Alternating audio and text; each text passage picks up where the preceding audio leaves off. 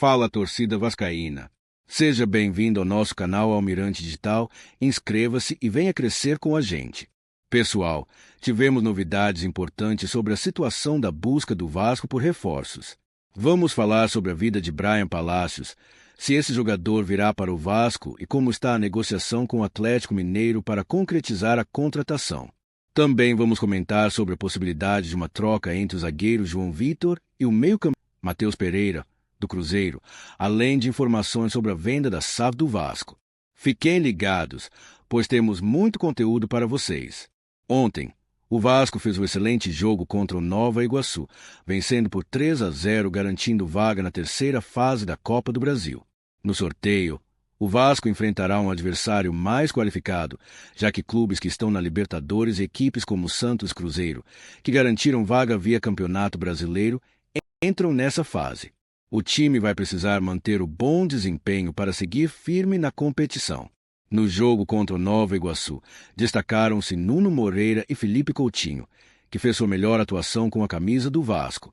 Fora o jogo de ontem, o melhor jogo de Coutinho pelo Vasco foi aquele 6-0 contra o Botafogo, lá em 2010.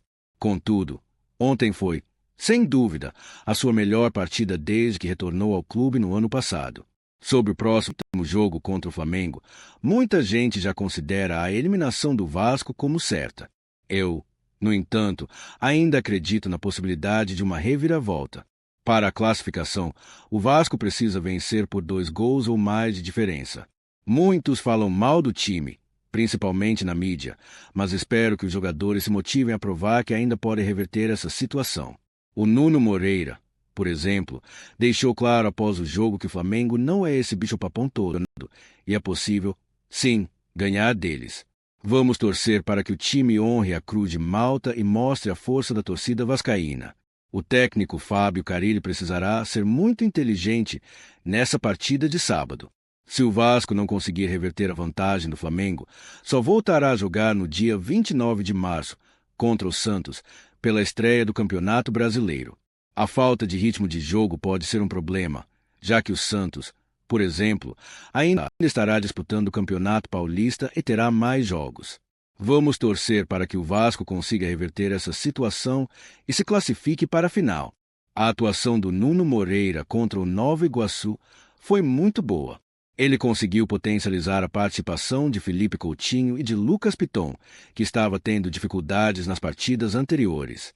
O Verratti também teve destaque, mostrando o espírito de liderança ao ceder o pênalti para Coutinho, que precisava do gol para ganhar a confiança. Já o garoto Ryan fez o primeiro gol do Vasco e ele tem muito potencial. Carille acredita que ele pode ser um segundo atacante e está trabalhando essa função com ele. Vamos torcer para que Ryan evolua e ajude o Vasco.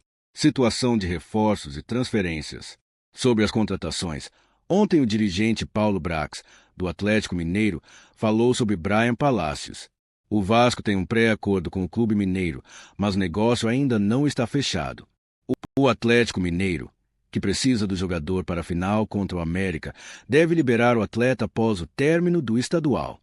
A negociação ainda está em andamento. Se concretizada, o atacante colombiano deve chegar ao Vasco após a competição. Além disso, surgiu uma especulação de uma troca envolvendo João Vitor, zagueiro do Vasco, e Matheus Pereira, meio-campista do Cruzeiro. Porém, o diretor Alexandre Matos, do Cruzeiro, desmentiu essa possibilidade, a ponto de fazer uma proposta oficial. Isso joga água fria em quem ainda acredita que investidores como o grego possam comprar o clube. O presidente confirmou que não há negociações avançadas e a venda da SAF do Vasco não é uma realidade próxima. Esse foi o vídeo de hoje. Pessoal, como sempre, peço que deixem um like, se inscrevam no canal e ativem o sininho para receber as atualizações diárias.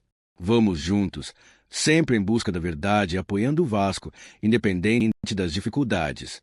É isso aí, galera.